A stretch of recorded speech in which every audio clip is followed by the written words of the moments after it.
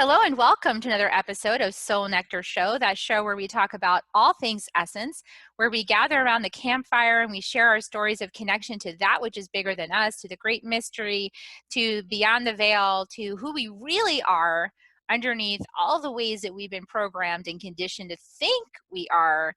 We explore the conversation of the truth underneath all that stuff that's still there. You know, that I love the story of David carving the statue of Michelangelo carving the statue of David, and David is underneath the stone, and Michelangelo said, I'm not carving the statue.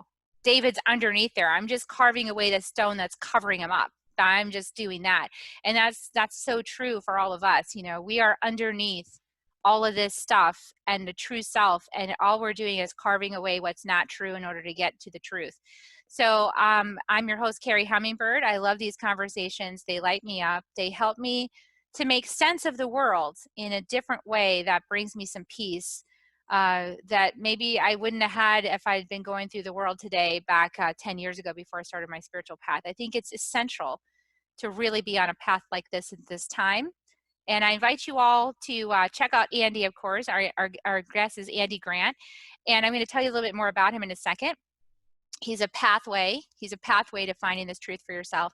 And I also invite you to check out Butterfly Circle on my website if you're interested in a community to help support this kind of growth. It's Butterfly Circle, Reinvent Yourself, and it's all at kerryhummingbird.com, Kerri hummingbird.com.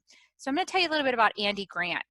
So I found Andy Grant through some research that I've been doing into other like-minded people out there in the world who are doing the work and sharing the messages, and it's just good stuff. So Andy is a best-selling author. He's an award-winning speaker, transformational energy coach, Akashic Records healer, life activation practitioner, and healer. He holds certificates in positive psychology, the Enwaken Coaching System, Akashic Records, Soul Entrainment, Infinite Possibilities, and Reiki, as well as other leadership programs and energy work modalities. And he's the founder of Real Men Feel, yes, a movement encouraging men to accept and express all of their emotions. And boy, this is a time for that right now. It's so amazing.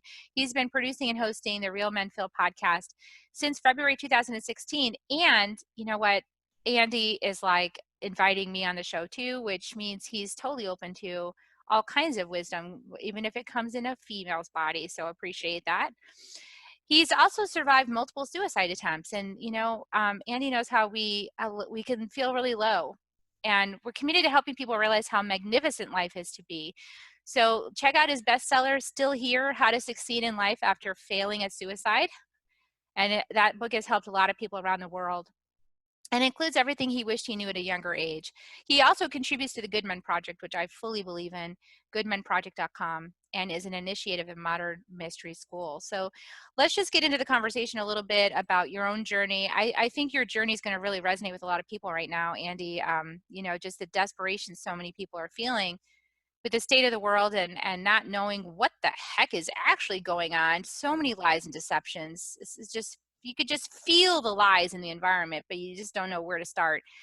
And how do we navigate this when our personal liberties are being compromised, our ability to provide for our families, and you know, so much going on that leads one down a path of wanting to contemplate suicide. So tell us a little bit about your own journey of that, and how how your path of spirituality helped bring you out of it. Cool. First of all, it's a pleasure to be here and get to talk with you more and with share what I have with your listeners. Yeah, so from a very young age, I was depressed and suicidal. I can remember having suicidal thoughts as early as 8 years old, which means they happened even earlier. At about age 5, my parents got divorced, and I started getting molested by a next door neighbor. That's when I really consciously shut down. I didn't tell anybody. I didn't feel the world was a safe place. I was afraid if I told anyone what was happening that I'd be the next man kicked out of my house. So it was just me and my mom, and I was also very empathic, but I didn't know that. I didn't know what that meant, but I was very sensitive. I was very quick to cry. And I remember being like in the 3rd grade, the school bus was going to school, and the 3rd grade, you go to a different spot. So because we're going to a different spot of the same school I'd be going to, I start crying. I'm just overwhelmed with fear, and I'm bawling. And I remember thinking, like, why am I crying? Here, that's the door I used to go. I'm just going to this door. Why am I crying? This makes no sense to me. And it just made me feel broken and flawed and so different from anybody else. Years later, I discovered that I was feeling the collective fear of everybody else on the bus, but it all poured out through me. And that sort of experience kept happening. And I was at age 13, I was diagnosed bipolar. I was making attempts to end my life from age 12 on through my early 20s. And it was only after multiple quote unquote failed attempts that it finally dawned on me that, I'm not very good at this dying thing. Maybe I'm supposed to be here. And because it just really was like, it took that many times. And I was like, maybe I'm supposed to be here. There's a better way to navigate my life. And it was just that glimmer of the possibility of optimism that really was new to me. My worldview was life sucks, then you die. My father had raised me telling me that high school are the best years of your life, then it's downhill. And so I thought, well, why live past that? And junior high, my life was horrible. High school, I was trying to get out before I ever got there. So I feel like I was conditioned to be depressed. I have multiple family members, two generations before me did die by suicide. So I had a bit of a Lieutenant Dan outlook on life that if you remember him from Forrest Gump, everyone had died in battle of his ancestors. So he thought it was his purpose to do that. And there was a time that I really believed I was meant to die. I thought I was meant to kill myself. So lots of therapists, psychologists, pills. I was hospitalized. I was multiple mental institutions in my teens and early 20s. Nothing really helped me until I discovered energy work. Before I discovered and accepted that I was more than this body, that I wasn't broken, that I wasn't mismatched chemicals, I wasn't some brain out of control. It was so bizarre. But once I learned that I control my thoughts and actions and they lead to my emotions, I was kind of told that my emotions were out of control and were just chemicals that would just affect me differently from anybody else on the planet, which did not give me a better outlook on life. Every time someone tried to help me, every time I had a diagnosis, it made me feel more isolated, more broken. There was never talk of, well, with this pill, with this therapy, you'll feel better. There was just nothing like that. I never met someone growing up who had been suicidal and then turned it around and were glad to be alive later. I just never met that. So that's one thing that prompted me to come out with my story as an adult and start sharing this, because as much as I wanted to, as much as I thought I wanted to die, I now know more than that life is magnificent. And everything that I thought was my weakness, that I couldn't go through with it, all the notion of failing and I'm such a loser, I can't even die, blah, blah, was all my life force. It was my highest good. It was life itself conspiring to keep me alive. Yeah, because you have big work to do on the planet. Yeah, and you can't leave yet. Right. And that was so I was raised without any sort of religion. I just thought, I'm this meat suit and I'm done. I don't want anything more. But, we are all infinite beings. If we duck out without doing our work here, we'll just end up somewhere else that it's even harder to do. You don't avoid the problems. They just come with you to a different plane where it's even more challenging to take care of them.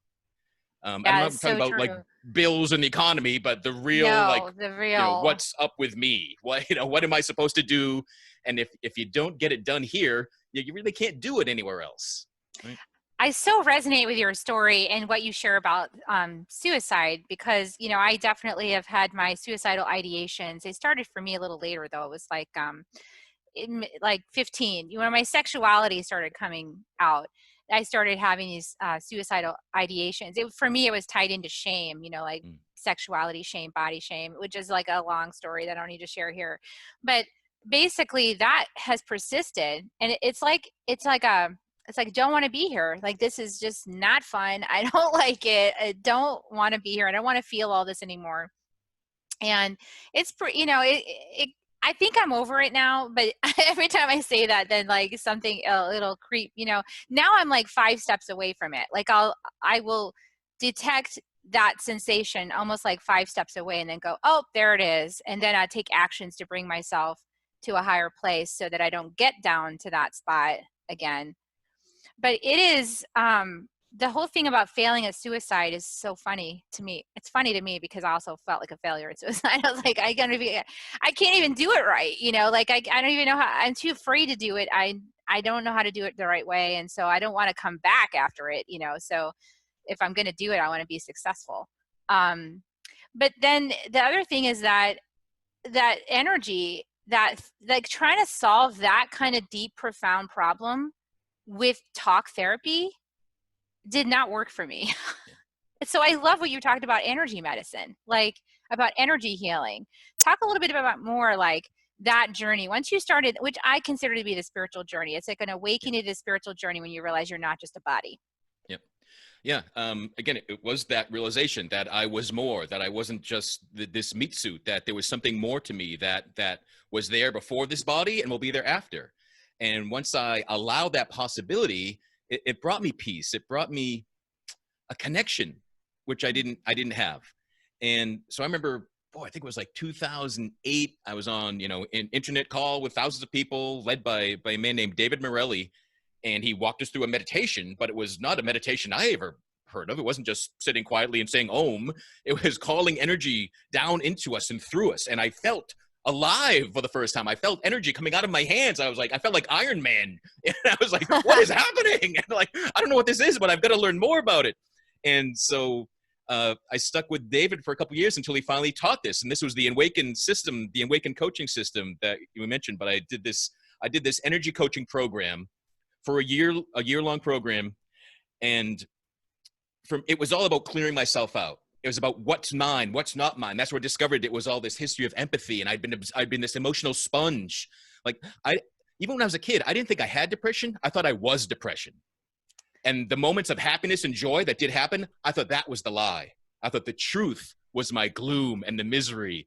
And, I thought happy people were all lying to themselves. Right? I just had no optimism. Yeah. Sound like my son. He is like, Mom, you're such a fake. I'm like, what's fake about me? And he's like, you're happy. And I'm like, yeah, that's not fake. It's not. Okay. So talk about this a little bit, because sometimes people that feel gloomy like that, or they feel the heaviness and the weight and the shadow aspects of life. Like, I just think sometimes if you got big work to do, like you did, obviously you got big work to do. Sometimes I feel we start off with this big, overwhelming alignment with the depressing side, with like the shadowy side, to really understand the depths of that shadow, like what's there. And it's hard for people, I think, in that space to understand that you can hold that right next to joy. Like, joy is not exempt from that. Like, you can have an experience of joy and you can have an experience of grief, and they can be like moments away from each other. They're not necessarily different universes. Yeah, that experience is what proved to me, like, I'm not clinically depressed. I would attempt to kill myself. I would wake up in a hospital, and it wasn't like other people that I read about, like, oh yeah, I'm alive. It was like, pissed. Wow, I'm alive. Wrong. Damn it. And then I'm in a mental hospital, and The Simpsons are on TV, and I'm laughing. And I'm like, how am I laughing? How can this moment be funny if I wanted to die last night? And it just didn't match. It didn't make sense. Right. It didn't match the diagnosis, didn't match what doctors were telling me how this worked, that this can't just be my chemistry because it's already different. I'm like, but also the darkness, I find that we can be addicted to that. We can be addicted to our own chemistry that we're used to creating, because I kept going to depression. I kept making suicide attempts for a long time because that became my horrible defense mechanism. The world is scary. I'm feeling overwhelmed. All right, I'm checking out. Right? I would just immediately give up and want to retreat. And when I did that, all the pressures of life went away. I was taken away. I was put into a hospital. All I do is talk to people and watch The Simpsons. Well, if this is life, I can live this life, right? So it was just it proved to me it was situational. It was my experiences that my depression, my so-called negative emotions, it's my navigation system. It's telling me I'm really off path. I'm so not in alignment with who I'm meant to be that I feel gross. And instead of digging deeper into the grossness, I've learned rituals and exercises and programs and things I can do to change, to elevate my mood, and to realize that I'm not the depression, am I feeling the energy of a global pandemic, the fear, the people feeling they're locked in and people now fighting back, and versions of demanding freedoms and saying, no, you got to stay in your house and we got to protect everybody, all these different things happening. Energy is contagious, and we all notice it to different varying degrees, but it's really noticing what's really mine, what's the state of the world. All right, can I release what's not mine, get in tune with what I'm really feeling, and what's my next best step to feel better? And that's all it is. It's not looking, but I used to be black or white thinking. It was, life or death. I'm like, well, wait, what if like life is gray, right? Life's in the medium. And that notion of having a big purpose, did always feel that, but it was like, what does that even mean? How do I get there? And again, you don't even worry about the big picture and just focus on the next best step I can take. And that's the flow of life, the flow of God and source coming through you to be expressed. It's a step at a time. It's not, holy smokes, what's the big picture, right? Those moments can come in inspiration, but those big moments can cripple you, right? They can be too much information at once. That's why, yeah. There's a lot of information being shared right now, which is shocking. And some people intuitively sense that they're not ready for that shock. And so they get really angry about it. Like, I don't even want that being shared anywhere, because if that is true, my whole world just flipped upside down and I don't want to know any of it. Like, I want to go back and put my head in the sand, and I just want to live the life I thought I was living before this whole thing started. This is a really stressful time for people, Andy, because you and I know, and anybody else that's sort of, had their own wake-up call, know that there is no going back. We're not going back to the way it was, the Disney World that we were living in, where we thought the world was the way we were being told it was, but then underneath it was actually some other things going on. We're not going back to that. We're going forward. We might go to a different Disneyland. I have hopes that we're going to go to a different kind of Disneyland at the other side of this, but it's going to be a Disneyland that's where people are aware and taking action to make the world a better place, not one where we just kind of sit back and watch movies all day. So tell a little bit about the journey of taking personal responsibility for your life, because that is such a hard thing for people to start stepping toward once they make the realization that they haven't been doing that, even though they thought they were. Yeah. So, and that was a big one for me. Responsibility to me meant blame. Yes. If I don't take responsibility, then I'm not at fault for this. So I never wanted responsibility. I never wanted leadership. I never wanted to be in charge of anything. Like, nope, keep it all. You do it. And I think that's where kind of the masses might be, or until you're awakened, to use different terms, right? It's easy. Just tell me what to do. I'll just do it. Be in the good citizen, the good soldier, whatever it might feel like, what resonates. But it is the only way we can change anything is by taking responsibility. So taking responsibility does not mean blame. It doesn't mean fault. It's just, here, this is where I am, and I take responsibility so that I can change it if I don't like where I am, right?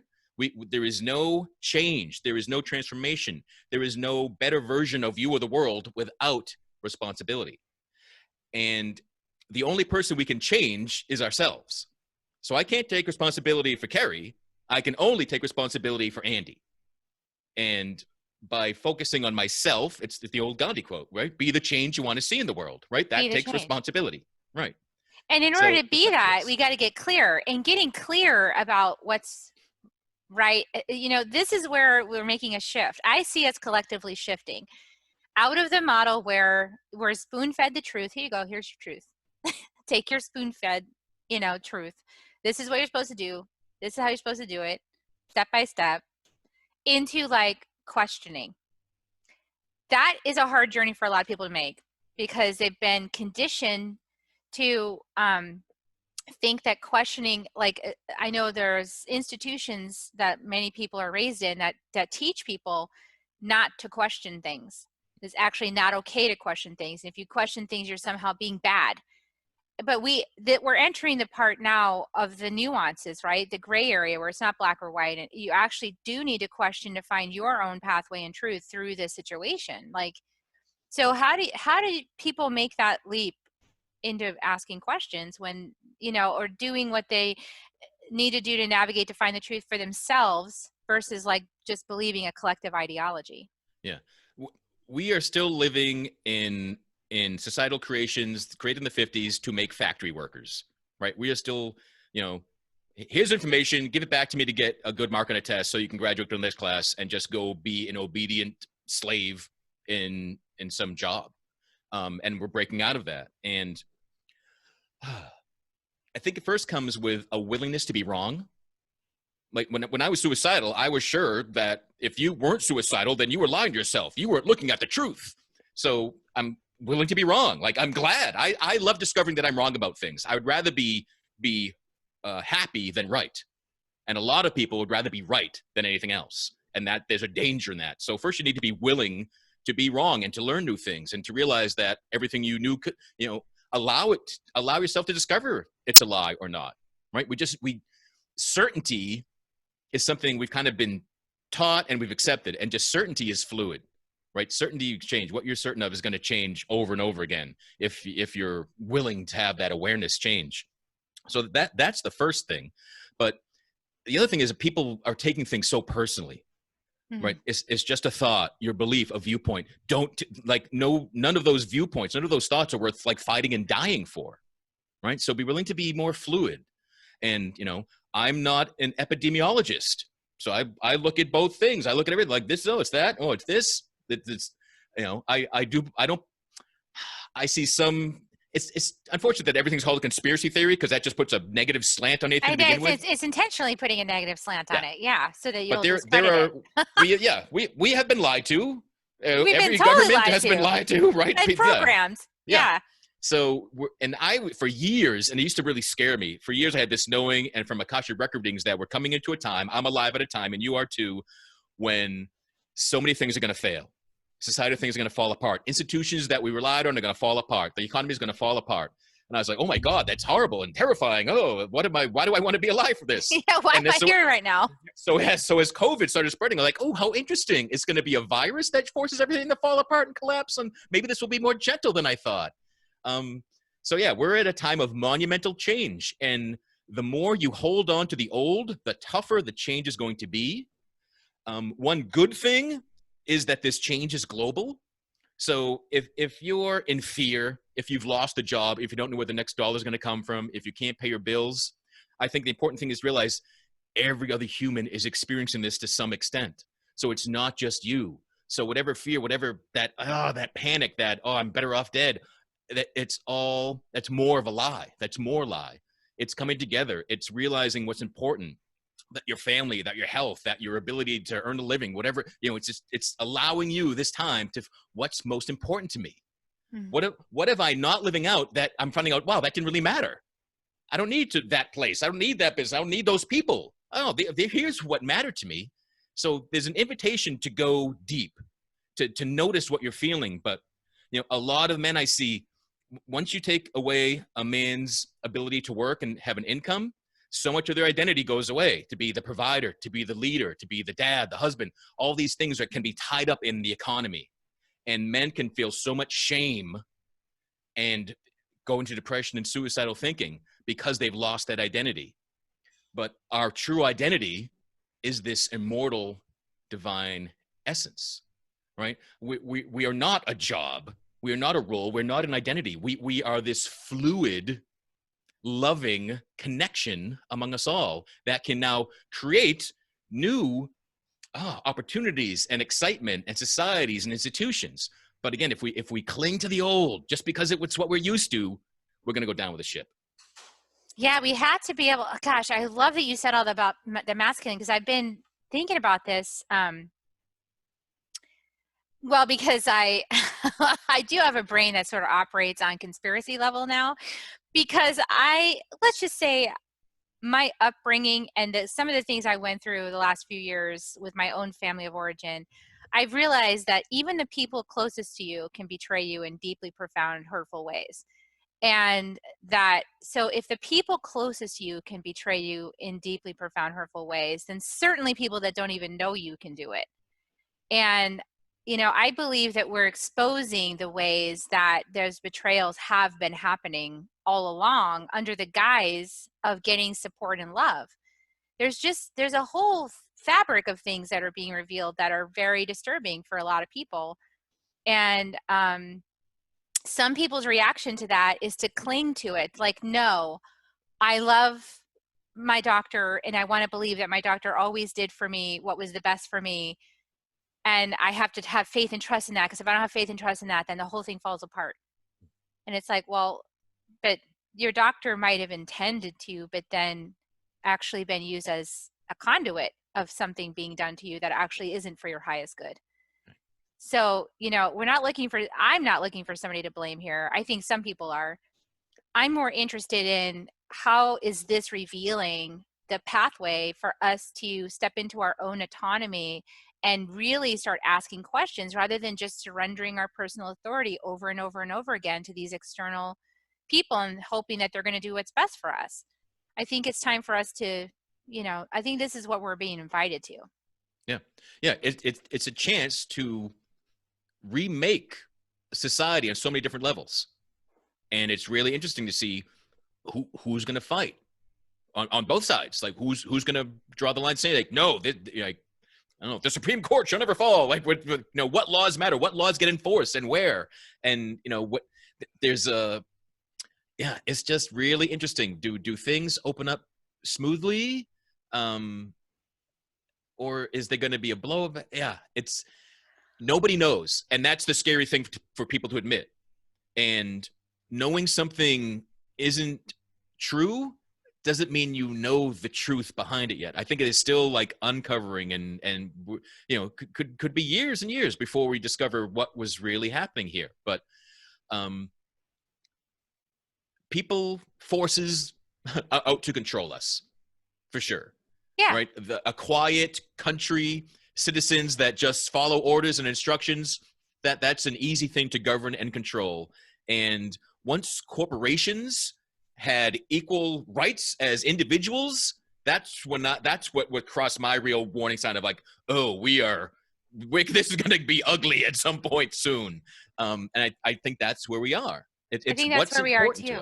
Follow the money. I mean, I say follow the money, people. That's what I do. I look at so when people say, oh, well, so-and-so is a conspiracy theorist and they're publishing their book just now about, how they were jailed without any right to have a lawyer or a trial or even charged with anything. Like people in this country have been thrown in jail without any rights and no trial and no ability to hire a lawyer.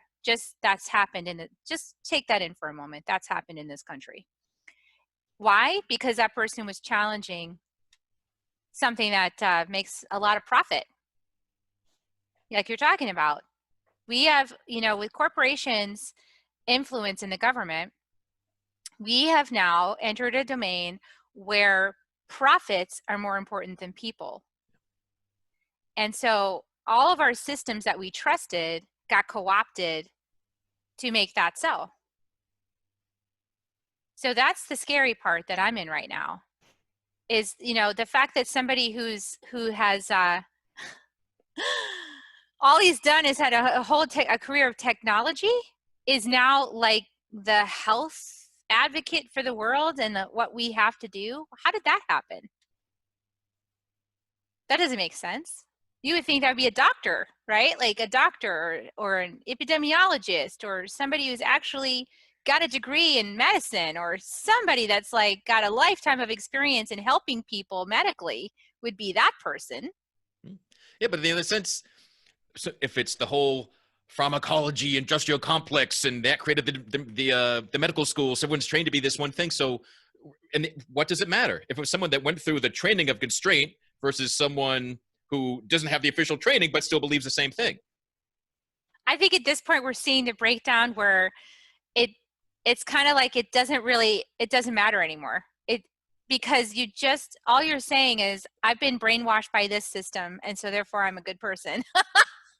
Yeah. Yeah. It's being a good boy and a good girl. Yeah. It's sitting at class and, oh, I understand. Oh, okay. You're telling me, okay, government, okay, business, okay.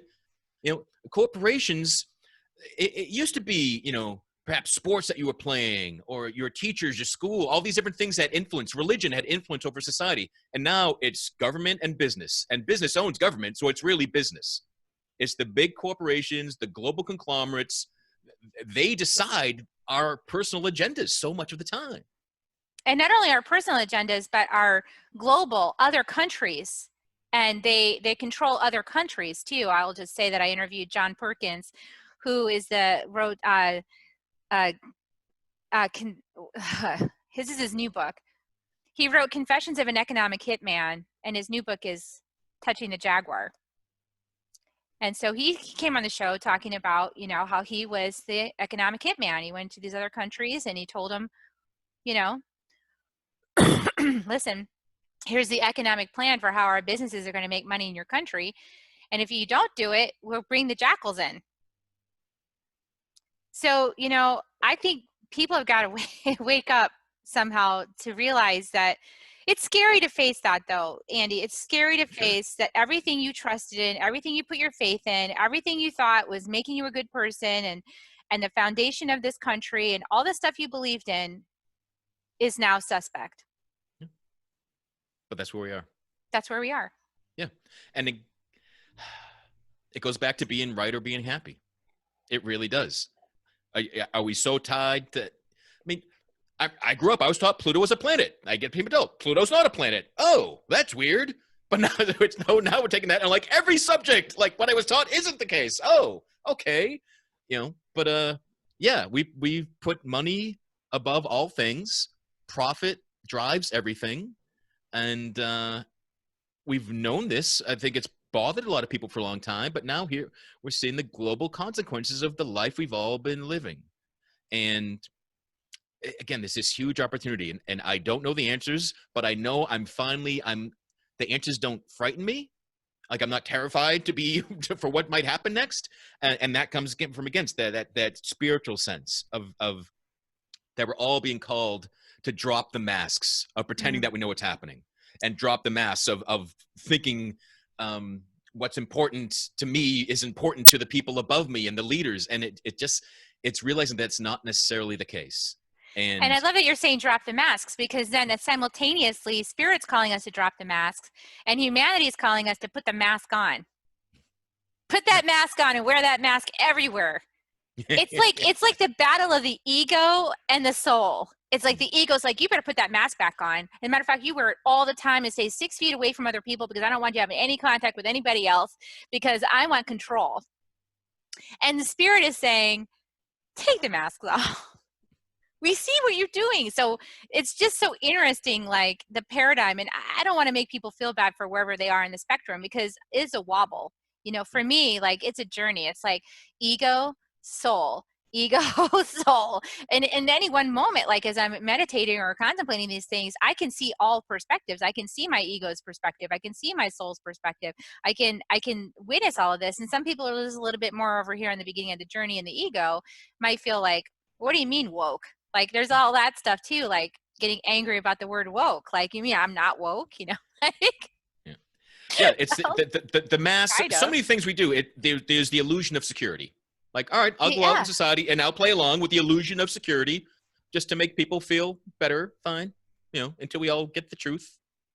Not saying that I know what the truth. I know. I love that you say that, because also why I chose, I will not wear one. I will not wear a mask on social media because I do not want to spread fear or confirmation that this is, oh no, now Carrie Hummingbird believes this. So no. But if I go out in public, I put one on not because I believe it's working or doing anything for me at all, but because other people, I realize, believe it's doing something, and I'm just wearing it for them. I'm not wearing it for myself. Yeah, it's almost like we're in this together. It's my scarlet letter. It's my waving of the flag. Okay. Fine. Here we are, and you think this is how, and I realized because I was really judging this mask thing. I was really angry about it. I was like, this is the most stupid thing. But I was like, okay, I'm judging the mask thing. So then I wore the mask to the supermarket, and I just sat and used my, opened up my channel and just listened empathetically to what was going on. And what I heard from my heart was that all the people there, they were like, this is how I show I love you. I really believe that if I'm wearing this mask, I'm loving you. I'm protecting you from me, from my stuff. Yeah. Isn't that interesting to you? Like, I'm protecting you from me. And isn't that what keeps many of us chained up, not getting the deepness and the relationship we want, is this fear of like, you're going to see my dark side, or you're going to see the things about me that I don't want you to see, and I can't show you that, and I have to hide that behind my mask, and I can't get too close to you. Like, I feel like this is like revealing to us in such a metaphorical way what we've all been doing, Yeah. keeping each other away from each other. Yeah. It, as within, so without, right? We manifest what's in us. So yeah, this darkness that keeps people locked up and separated and isolated. I mean, that's what we've been doing politically and societally and with our beliefs and entertainment, right? We've been doing this. Now it's truly manifested in a new way. But yeah, wearing a mask does not save you or I. It is. It's protecting. Wearing a mask assumes that everybody in a mask has something wrong, and they can spread it on you if they didn't have a mask. So it doesn't. Your mask doesn't keep you safe. It does theoretically keep other people safe. But if we all had health care, if we all could go get treated if we ever felt sick, then we wouldn't be forced to go to work. We wouldn't first like we have to go places when we're sick. If we could just take care of ourselves, it would take care of so much of this, right? If Yeah, you're and sick, if we had if you're sick, you should be immunity, socially distancing. Like and the whole hand washing things, everything that people know, but was never enforced, was never like, oh, really? Like I would finally like, oh, it takes 20 seconds. Like, oh, a virus is really that beatable? A little soap and hot water kills it? Wow. Like I just never, we're all getting that level of thing now so that we can go into the world. And, that's what's new. We got to take responsibility for our individual health. and we need to be able to put all the pieces together. So this is where I try to help. And when I'm posting, I'm trying to help people put the pieces together. And I do my best to take all judgment out of it, because judgment is the one thing that makes everybody go into I'm right, because I'm not going to be wrong. Yeah. So like, okay, but just like look at the pieces. Let's look at the pieces. And for example, why is everyone waiting for a vaccine when admittedly they say the vaccine only works for 60% of people, and it only works for the strain of it that they identified and then built the vaccine around for this. So if this thing's already mutated into 30 or more strains in the last 3 months, how in the world is any vaccine going to help you? It's not. It's not. I want to bust the bubble. What's going to help us is immunity. What's going to help us is healthy practice. So we're being called, Andy, to give up a lot of our creature comforts that are really bad for our bodies, that we've been marketed and sold to think are the American way, like Coca-Cola and McDonald's and going out to eat fast food and basically filling our bodies with crap. We're being called out on that now. Like all of our creature comforts, the things that, we think we need in order to stay healthy and happy. I had to give up pizza a while ago, so I understand how hard it is, but these are things that if we want immunity, we got to start learning about inflammatory syndrome and how your body reacts when it's taking in food that's not good for it. We have to listen to our bodies. Yeah, it goes back. I mean, you're saying for a long time, we've all eaten whatever was fed to us, literally with food that isn't food anymore, and also with information, right? So yeah, again, as within, so without. We're all living the manifestation of our collective unconsciousness for generations. oh my God, because we've been just consuming whatever was offered to us, and as long as it tasted good, we just said, okay, cool, I don't know if it's actually good for me, but it tastes good, it entertains me, so I'll keep consuming it. And by entertainment, it makes us numb. It gets us to stop asking the bigger questions. It gets us to stop asking what's important by just dazzling us. Look at the shiny new thing. Oh, great. Right? Yeah, It's exactly. sad. It's sad. So now we're going to wake up, and this is why the movie The Matrix is just such a good metaphor for what's going on right now, is because in The Matrix, when they wake up and they've been red pilled, now it's like they're in the ship, they're in this body that's sort of like telling them, I'm not happy with this or that, I need more help, and they're like, they got down to the basic nutrients, the porridge, no more steak. It's like, okay, you just have to be you just got to go now into reality, like the new level of reality of actually, like, your body's been telling you for a while, the earth has been telling us for a while that this is not sustainable the way we've been living. Yeah. I mean, it's so bizarre how quickly we all see the earth rebounding so beautifully once we're all out of its way. And like, again, it's invitation, like, oh, so we shouldn't go back to normal because we'll just pollute it all over, right again. We'll lose this cleanliness of air and water that we're seeing everywhere. Yeah, I mean, it's weird. I think even the Matrix talked about it, that no, humans are the virus and Humans we are the destroy virus. everything where we go. And I don't think it's us per se, but naive, unquestioning humans that believe everything they're given. That's kind of the virus of Well, and humanity. people who would knowingly perpetrate misinformation that's damaging to people's health and to the health of the planet, and knowingly do that. That's what I'm calling out right now, Yeah. But is we need to I change that. so, and I don't know how to discern that for each person. Again, like, everyone's a product of their culture and beliefs, and I believe that everyone is doing the best they can, but the best they can is based on their current energy and education and all these different things that again, when I believed I wanted to die, that was the best decision I thought I could make in that moment, right? And someone saying, here, take this shot, you'll live forever, like, I think that's their best, they believe it. So I don't know how to I don't know where to nail down the individuals, the group that is, we are intentionally lying about this to manipulate things, like that's, like, I don't know where that starts. But most of the people I deal with, I just, people want to believe. Like, we want life to be easy. So, and it's easier to say yes to what you're used to saying yes to than it is to wake up, to make change, to take responsibility.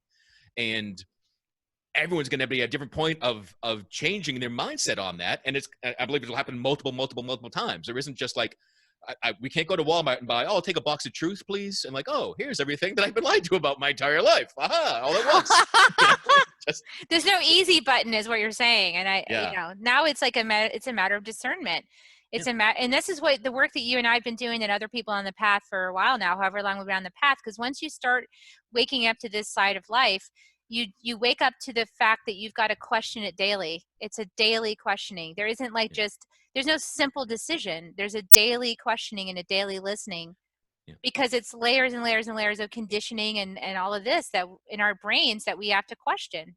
Yeah. And the spiritual path isn't just all woo-woo and bliss, No, right? it's I mean, it's hardcore. warriors of light, spiritual warrior, all the like the archangels, they're warriors. So it's waking up to see that, wow, they're and as a kid, this always just felt like a bad movie and stuff, but good and evil are very real. Yeah. And that's the ultimate battle that we are all in. And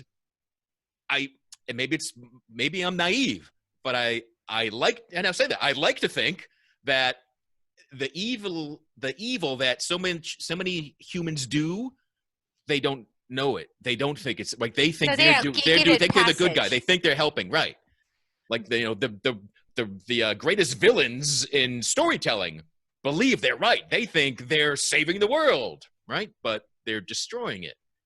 So that's where it's, and again, you mentioned keeping judgment out of it. So I try to do my best that way too. I really don't condemn the different doctors, stuff. I say, just like, well, is that true or not? Like, well, I don't need to hate someone to not agree with them. And that took a lot of practice and discernment to get to there as well. So if someone is in that furious place, like, I get it. But ideally, we can judge information, not people. We can discern information and for ourselves, and we might not all agree to the same thing. Like, my body might not tolerate radishes. Your body might be like, radishes are exactly what my body needs, right? So it's not black and white. I don't think we're going to enter a phase where it's like black and white, here's the solution, everybody blanket, one size fits all. No, we're going into no, it's all unique, it's all different, it's all like topsy-turvy, wobbly, and there's like very few things that we can all agree on, I think. Yeah. And it's going to be And interesting. Yeah, and that's the thing. I mean, it's the old Chinese saying, "May you live in interesting times," and we That's why are. we're here. Yes, and it's Maybe funny that that's that's a why we're Chinese here. saying. Yeah, I know, isn't it? So we have to admit that this is a very new culture in the United States. It's very new. It's very new. There's ancient civilizations like in China, right, that have been there way longer and gone through all these evolutions. right. And here we are. We're new. We're like in our, or maybe we're entering into our teenagehood or something. So we're rebellious, and we're like, we're in that. So that is actually, if you think of it that way, that's an actual perfect place to be, because that's the space where you break out. If you think about teenagers, that's the spot where they break out. They say, no, I'm not going to have this. They break out of the norms and they push forward into something even better. And so I think we're entering into a possibility of pushing through and then entering into some adult thinking on the other side of that. So it'll be interesting this next couple decades, Andy, if we make it that long. See what happens. Yeah, it really, again, is, and if you can step back and just witness this as interesting, you'll be in a much emotionally, mentally better place. But when there's the fear of like, I can't pay my bills, I can't buy food, like that survival fear will just overwhelm any of our intellectual, meditative peace moments, right? And Exactly. that's real, that's in the moment. So again, own where you are, like own your fear, uh, cry, punch a wall, like don't just keep it in, don't ruminate on things, tell your partner, tell your friends, tell someone how absolutely terrified you are if that's where you are, right? Don't deny, don't hide, don't make a new mask of like, yeah, everything's great, I got it all figured out, like, because Yeah, that was always a lie, and now it's even bigger lie these that was a days. bigger lie. Yeah. Yeah, Right? beautiful. Well, yeah, we're taking the masks off. I agree with you. This, and I love that you pointed all these things out, because these are the things I've been thinking about, how this is all just some big metaphor for like what's been going on inside of us and our humanity. And now it's being revealed on the outside. So interesting. Yeah. Like I used to joke, like I feel the worst for the people with the free hug signs. They're out of business, right? Where are they gonna go? So I really, I look forward to, like, I hope huggings become like just, oh, everyone just these biggest long hugs every time you can, and every time you meet someone. And I don't, the notion that we can't touch or get near each other again. I just like, No, no, like I'm that's not part of my reality I'm creating. I'm not creating that. We're in a temporary phase right now. yeah, That reality is not being created for me. We are going to hug long. yeah, because we keep finding out the virus is around longer, more people have it, and the more people that have it, I see as good news, right? That means the mortality keeps getting smaller and smaller and smaller, Yeah. because people die from lots of different things. We're not able to stay in our homes so that nobody stops, so that nobody continues to die. Nobody will die from anything, right? It just, that's not life. Life is in cycles. Everything comes and goes. Nothing is permanent.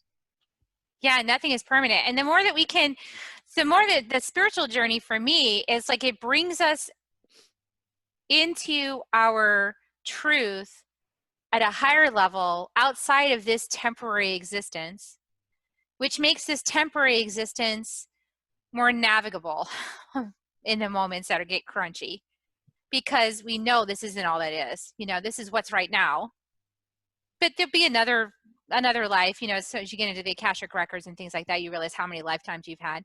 And when you have that bigger soul perspective, the stuff we're going through right now, albeit intense, is navigable. We can navigate this, and we can do it from a place of clarity. Yeah.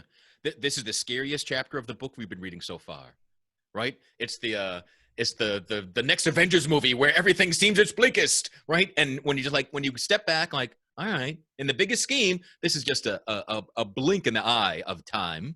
And even when you go back and like, oh, pandemics, the plagues, that human history is littered with these.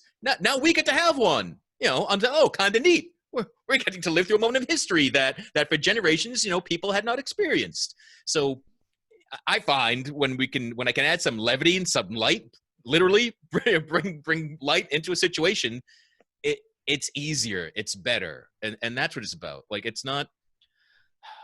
I don't think it's about picking fights with people that don't agree with you. It's about being willing to be wrong, about being willing to be with the flow, about not just automatically taking everything that you see in the news or from the government or from a doctor, just because it's not everything being told to you just isn't fact.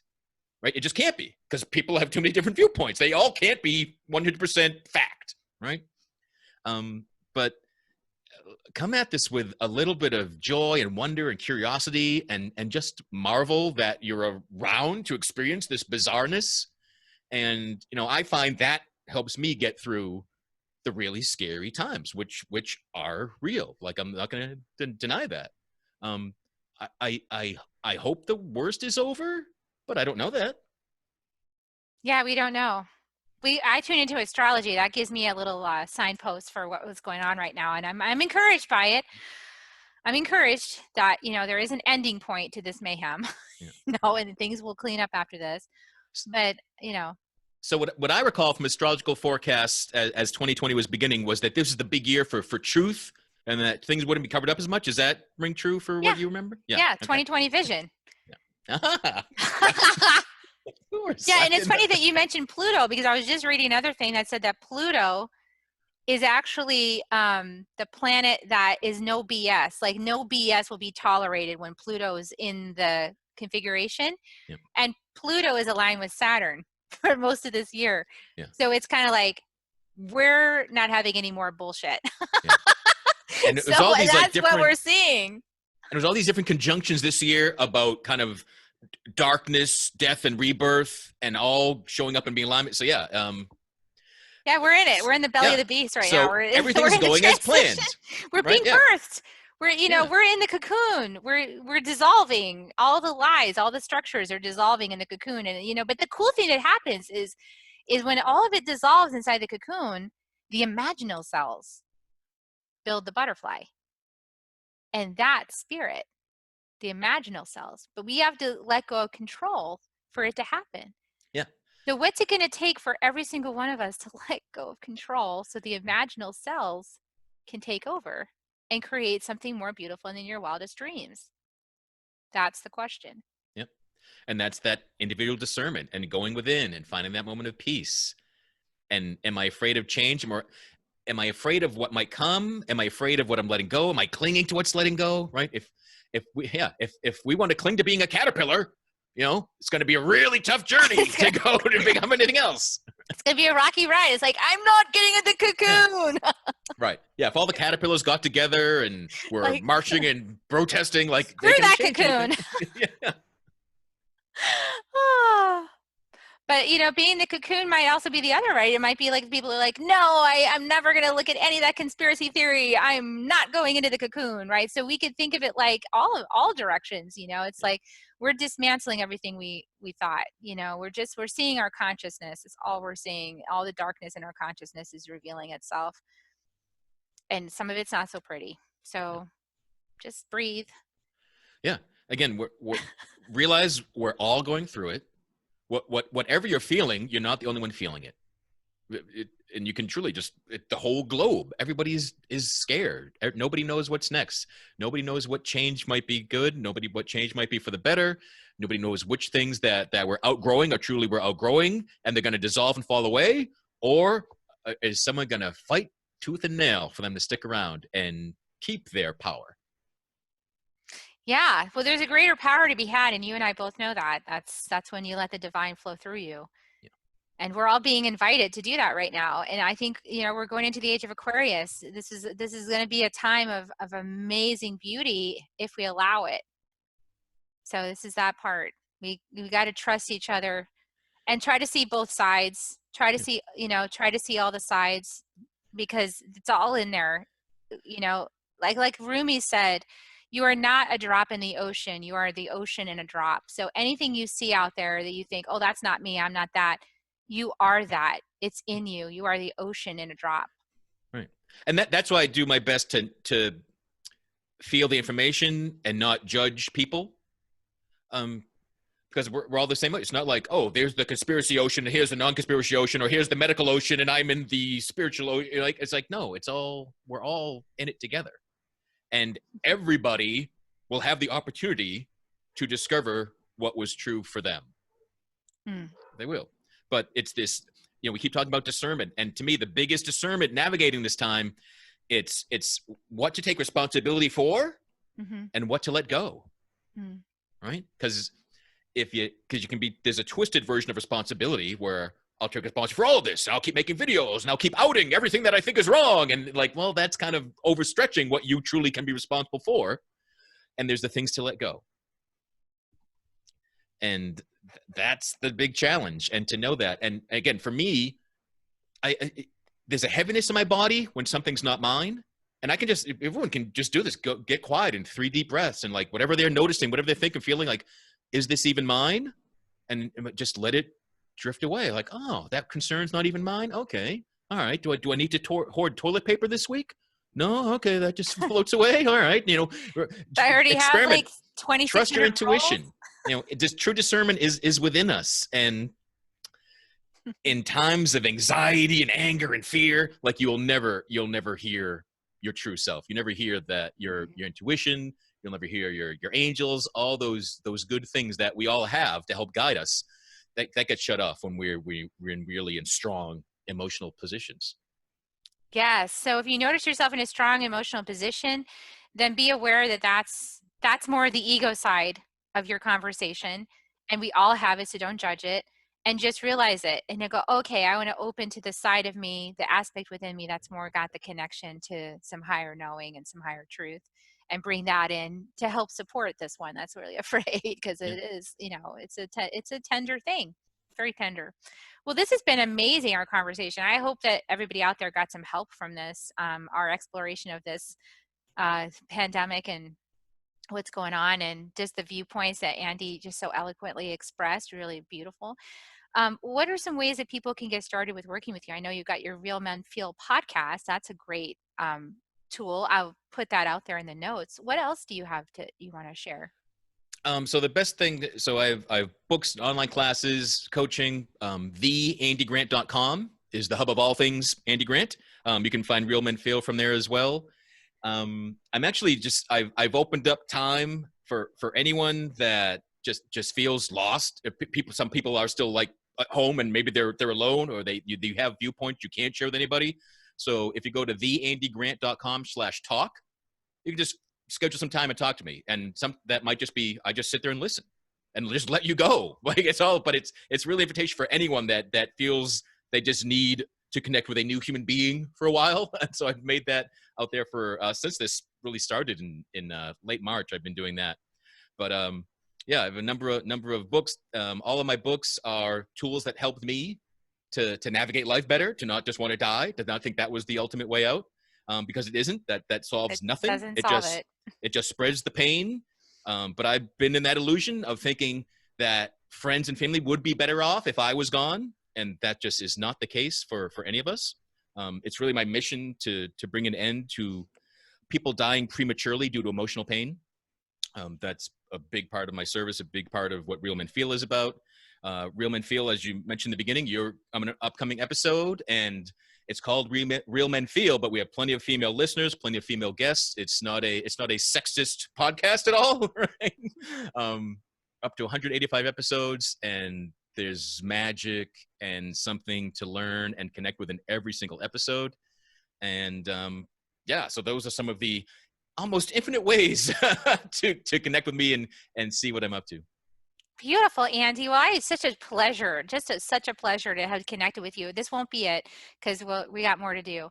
But boy, really wonderful to connect with you and really enjoy our synchronicity, and just this conversation that we just had is gorgeous. So everybody out there, if you really enjoyed this, or you got some nugget of something helpful, it would be great if you shared it out, because it'll help more people find it who potentially could benefit from what we just talked about. And I invite you to, click like and share and do all that stuff and comment and just help us to spread the word some more. So thank you so much for doing that for us. And we're going to just give kisses. So if you want to help me, I give COVID-free kisses. We can still give those because they're energetic. So here they come, people. Here come your COVID-free kisses. Love you guys. We'll see you next time on Soul Nectar Show. Bye for now.